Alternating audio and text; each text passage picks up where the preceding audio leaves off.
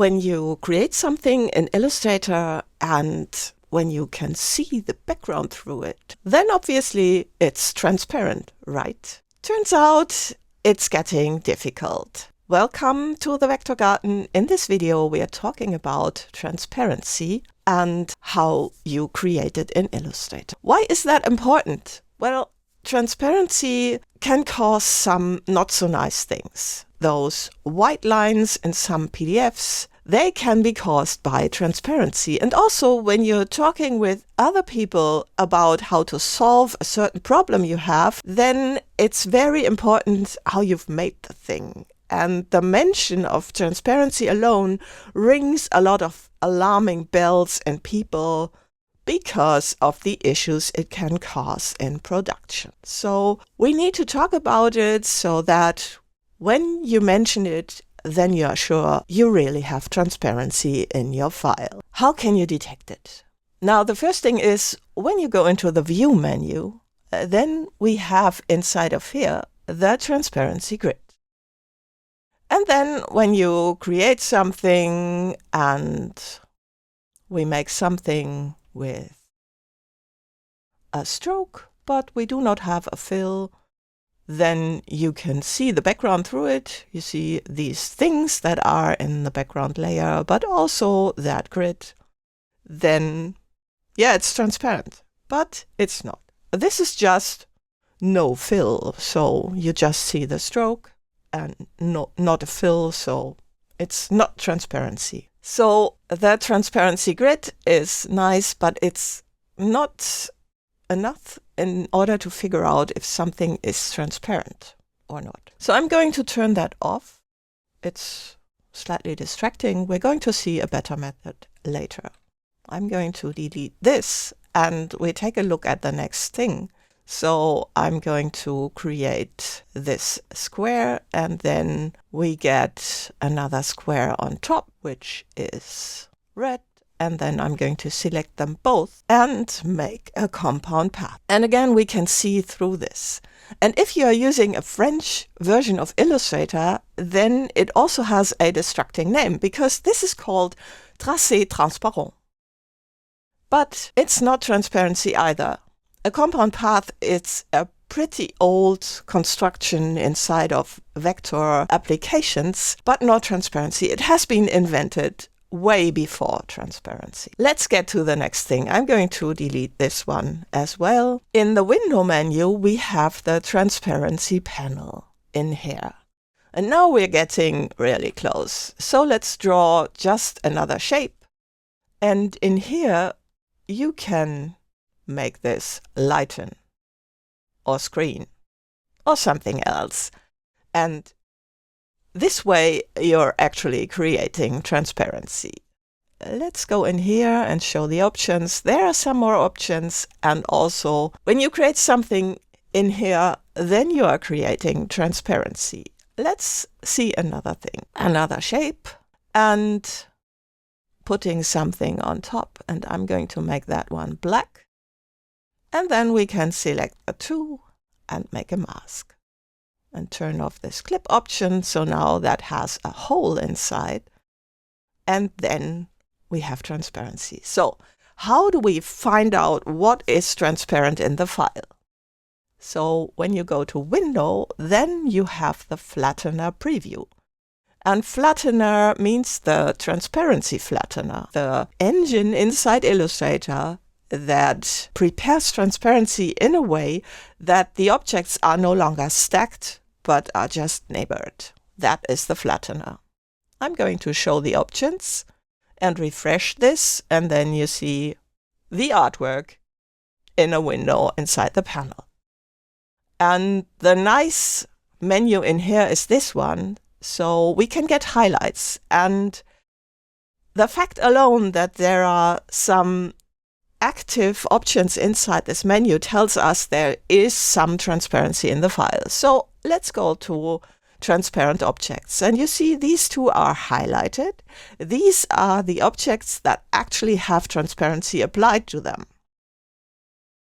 And then we can also set this to all affected objects. And this shows us the objects that are affected by the transparency. So they are not affected by the transparency necessarily, but they are affected by the transparency flattening that is happening when these options in here are applied.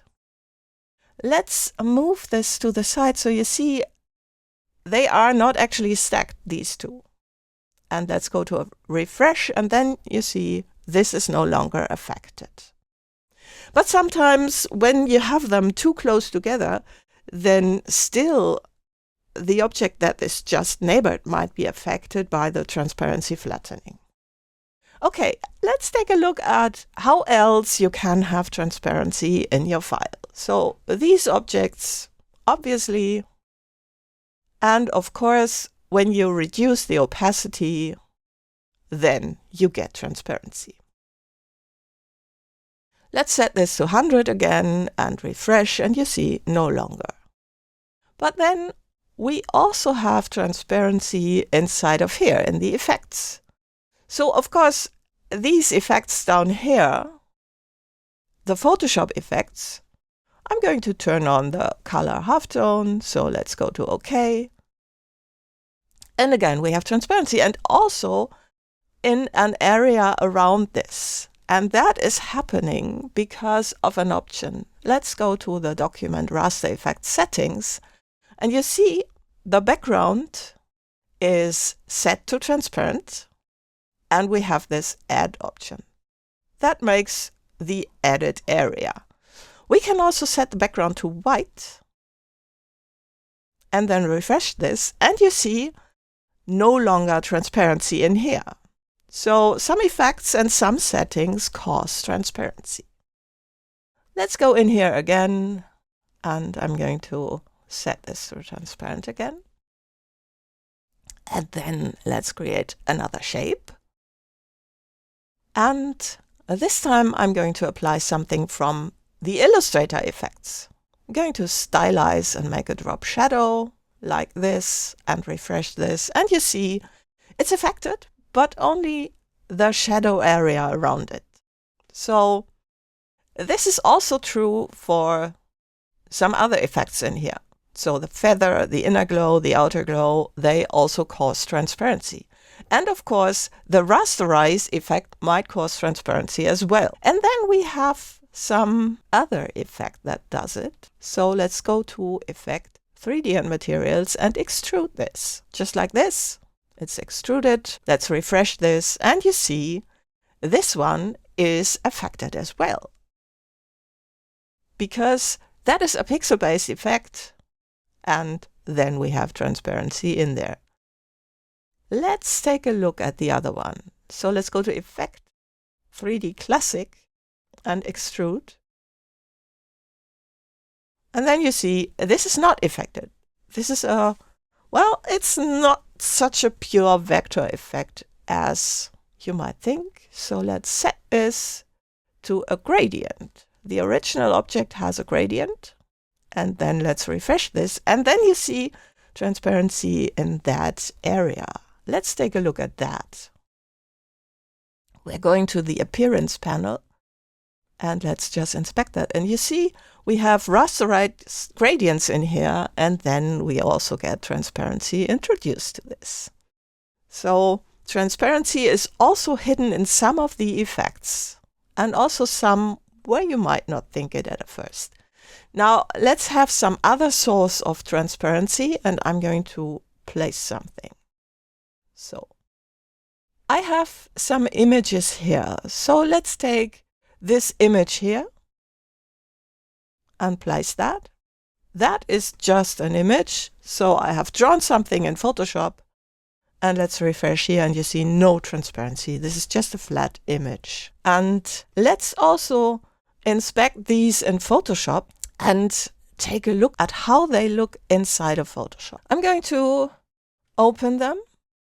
So this is the first image, and you see we're going to take a look at the layers. You see it's just the background and some painting on it. Nothing complicated. So that is this one, no transparency. Let's push this to the side and take a look at the next one. And I'm going to place this one. Let's place it. So in here you see we can stack it and see the background like this, but no transparency. So why is that? Let's take a look at that in Photoshop. It's this one. You see, it's just blue. So what's happening here? And we can see that when we take a look at the paths. So we have this path in here, and that is a clipping path. And clipping masks, again, pretty old feature of desktop publishing applications. It's not transparency, and it's of course a hard edge. Let's take a look at the next one. So it's called transparent. And again, you see, we can see the background, and we really have transparency. And I'm going to move this one to the side like this. So you see, and we are going to set this to transparent objects, and we have transparency in it like this. That one in Photoshop, I'm going to open that as well. This one. And you see, this time we have just an image layer and something is drawn on it. And of course, we have transparency that way. The important thing to note is when you import or create transparency in your file, that transparency works from top to bottom. So when you have something that overlays the transparency, then that is not affected by the transparency. But that might be the subject for another video. So that's how you get transparency into your Illustrator file. And next time when talking about any issues you might have or when preparing files, you know what to take care of.